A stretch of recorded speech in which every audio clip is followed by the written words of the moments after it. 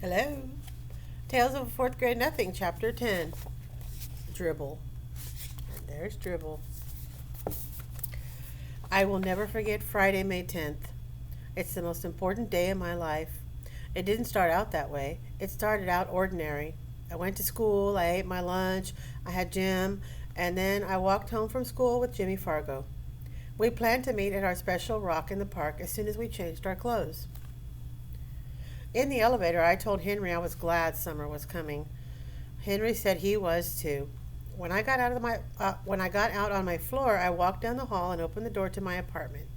I took off my jacket and hung it in the closet. I put my books on the hall table next to my mother's purse. I went straight to my room and to change my clothes and check on Dribble. The first thing I noticed was my chain latch. It was unhooked. My bedroom door was open, and there was a chair smack in the middle of my doorway. I nearly tumbled over it. I ran to my dresser to check Dribble. He wasn't there. His bowl with the rocks and the water was there, but Dribble was gone. I got really scared. I thought maybe he died while I was at school, and I didn't know about it. So I rushed into the kitchen and hollered, "Mom, where's Dribble?" My mother was baking something. My brother sat on the kitchen floor banging pots and pans. "Be quiet," I yelled at Fudge. "I can't hear anything with all that noise." "What did you say, Peter?" my mother asked. "I said I can't find Dribble. Where is he?" "You mean he's not in his bowl?" my mother asked. I shook my head. "Oh, dear," my mother said. "I hope he's not crawling around somewhere. You know I don't like the way he smells. I'm going to have to look in the bedrooms. You check in here, Peter." My mother hurried off. I looked at my brother. He was smiling. "Fudge, do you know what happened to Dribble?" I asked calmly. Fudge kept smiling. "Did you take him? Did you, Fudge?" I asked, not so calmly. Fudge giggled and covered his mouth with his hands. I yelled, "Where is he? What did you do with my turtle?" No answer from Fudge. He banged his pots and pans together again. I yanked the pots out of his hand. I tried to speak softly. "Now tell me where Dribble is." "Just tell me where my turtle is. I won't be mad if you tell me. Come on, Fudge, please." Fudge looked up at me. "In tummy," he said. "What do you mean in tummy?" I asked, narrowing my eyes. "Dribble in tummy," he repeated. "What tummy?" I shouted at my brother.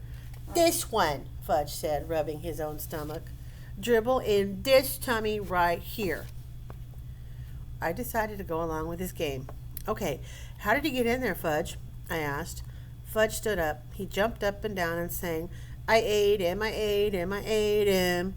Then he ran out of the room. My mother came back into the kitchen. "Well, I just can't find him anywhere," she said. "I looked in all the dresser drawers, the bathroom cabinets, and the shower and the tub, and—" "Mom," I said, shaking my head, "how could you?" "How could I what, Peter?" my mom asked. "How could you let him do it?" "Let who do what, Peter?" Mom asked. "You let Fudge eat Dribble," I screamed. My mother started to mix whatever she was baking. "Don't be silly, Peter," she said. "Dribble is a turtle." "He ate Dribble," I insisted. "Peter Warren Hatcher, stop saying that," my mother hollered. "Well, ask him. Go ahead. Ask him," I told her. Fudge was standing in the kitchen doorway with a big grin on his face. My mother picked him up and patted his head. "Fudgy," she said to him, "tell Mommy where Brother's turtle is." "In tummy," Fudge said. "What tummy?" Mom asked. "Mine," Fudge laughed. My mother put Fudge down on the floor on the kitchen counter where he couldn't get away from her. "Oh, you're fooling Mommy, right?" "No fool," Fudge said. My mother turned very pale. "You really ate your brother's turtle?" Big smile from Fudge. "You mean that you put him in your mouth and chewed him up like this?" Mom made believe she was chewing. "No," Fudge said. A smile of relief crossed my mother's face. "Of course you didn't. It's just a joke." She put Fudge down on the floor and gave me a look. Fudge babbled, "No chew, no chew. Gulp, gulp. All gone turtle. Down Fudgy's tummy." Me and my mother stared at Fudge. "You didn't," Mom said. "Did so," Fudge said. No, Mom shouted. Yes, Fudge shouted back. Yes, Mom asked weakly, holding onto the chair with both hands. Yes, Fudge beamed. My mother moaned and picked up my brother. Oh no, my angel, my precious little baby. Oh no. My mother didn't stop to think about my turtle. She didn't even give Dribble a thought. She didn't even wonder how my turtle liked being swallowed by my brother. She ran to the phone with Fudge tucked under one arm. I followed.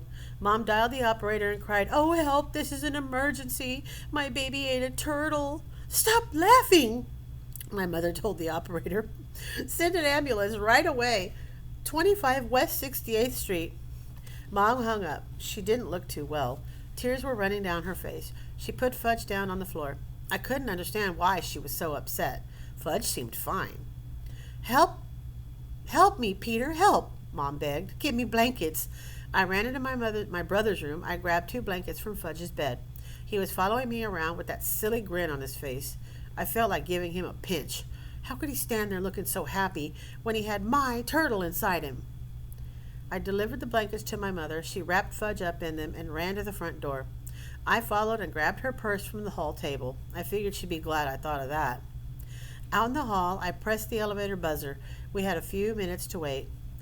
Mom paced up and down in front of the elevator. Fudge was cradled in her arms. He sucked his fingers and made that slurping noise that I like. But all I could think of was Dribble. Finally, the elevator got to our floor. There were 3 people in it besides Henry. "This is an emergency," Mom wailed. "The ambulance is waiting downstairs. Please hurry." "Yes, Mrs. Hatcher, of course," Henry said. "I'll run her down just as fast as I can. No other stops." Someone poked me in the back. I turned around. It was Mrs. Rudder. "What's the matter?" she whispered. "It's my brother," I whispered back. "He ate my turtle." Mrs. Rudder whispered that to the man next to her, and he whispered it to the lady next to him, who whispered it to Henry. I faced front and pretended I didn't hear anything. My mother turned around with Fudge in her arms and said, "That's not funny. It's not funny at all." But Fudge said, "Funny, funny, funny, Fudgy." Everybody laughed. Everybody except my mother. The elevator door opened. 2 men dressed in white were waiting with a stretcher. "This is the baby?" one of them asked. Yes, it is," Mom sobbed. "Don't worry, lady. We'll be to the hospital in no time." "Come, Peter," my mother said, tugging at my sleeve. "We're going to ride in the ambulance with Fudge." My mother and I climbed into the back of the blue ambulance. I was never in one before. It was neat. Fudge kneeled on a cot and peered out through the window. He waved at the crowd of people that had gathered on the sidewalk. One of the attendants sat in the back with us. The other one was driving. "So what seems to be the trouble, lady?" the attendant asked. "The kid looks pretty healthy to me." "He swallowed a turtle," my mother whispered. "He did what?" the attendant asked. "He ate my turtle, that's what," I told him. My mother covered her face with her hanky and started to cry. "Hey, Joe," the attendant called to the driver, "make it snappy. This one swallowed a turtle."